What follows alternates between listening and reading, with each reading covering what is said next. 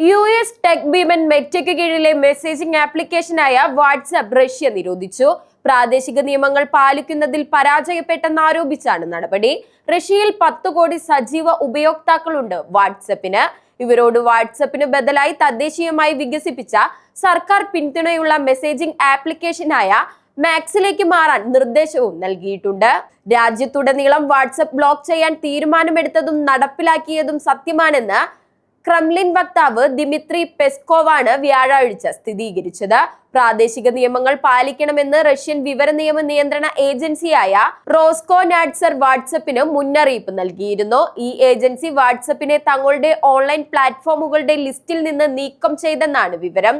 മാസങ്ങളായി രാജ്യത്തെ digital platform ഉപയോക്താക്കളെ മാക്സിനോട് അടുപ്പിക്കാൻ റഷ്യൻ ഭരണകൂടം ശ്രമിക്കുന്നുണ്ട്.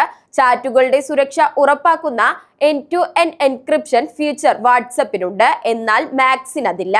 ജനങ്ങൾക്കുമേൽ നിരീക്ഷണം ശക്തമാക്കാനും വ്യക്തികളുടെ സ്വകാര്യ ഡാറ്റ ചോർത്താനും ഇന്റർനെറ്റ് നിയന്ത്രിക്കാനുമുള്ള ഉപാധിയായാണ് സർക്കാരിന്റെ നീക്കമെന്നാണ് വിമർശകരുടെ ആരോപണം.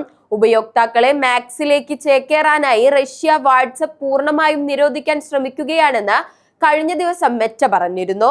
10 കോടി ഉപയോക്താക്കളെ സുരക്ഷിതവും സ്വകാര്യവുമായ ആശയവിനിമയ മാർഗങ്ങളിൽ നിന്ന് ഒറ്റപ്പെടുത്താൻ ശ്രമിക്കുന്നത് പിന്നോട്ടുള്ള പോക്കാണെന്നും അത് റഷ്യൻ ജനതയുടെ സുരക്ഷ കുറയ്ക്കാൻ മാത്രമേ സഹായിക്കൂ എന്നും വാട്സ്ആപ്പും പ്രതികരിച്ചു. ഉപയോക്താക്കളെ ബന്ധിപ്പിച്ചു നിർത്താൻ കഴിയുന്നതെല്ലാം ചെയ്യുമെന്നും കൂട്ടിച്ചേർത്തു. തട്ടിപ്പ്, തീവ്രവാദം എന്നിവയുമായി ബന്ധപ്പെട്ട കേസുകളിൽ വിവരങ്ങൾ കൈമാറാൻ വിദേശ ആപ്പുകൾ വിസമ്മതിക്കുന്നുവെന്ന് ആരോപിച്ച് കഴിഞ്ഞ വർഷം വാട്സ്ആപ്പ്, ടെലിഗ്രാം എന്നിവയിലൂടെയുള്ള കോളുകൾ റഷ്യ നിയന്ത്രണം ഏർപ്പെടുത്തിയിരുന്നു. 2022 ഫെബ്രുവരിയിൽ യുക്രൈനിൽ അധിനിവേശം ആരംഭിച്ച ശേഷം ഇന്റർനെറ്റ് ഉപയോഗം നിയന്ത്രിക്കുന്നതിന്റെ ഭാഗമായി ട്വിറ്റർ, ഫേസ്ബുക്ക്, ഇൻസ്റ്റഗ്രാം എന്നീ ആപ്ലിക്കേഷനുകൾ റഷ്യ നിരോധിച്ചു.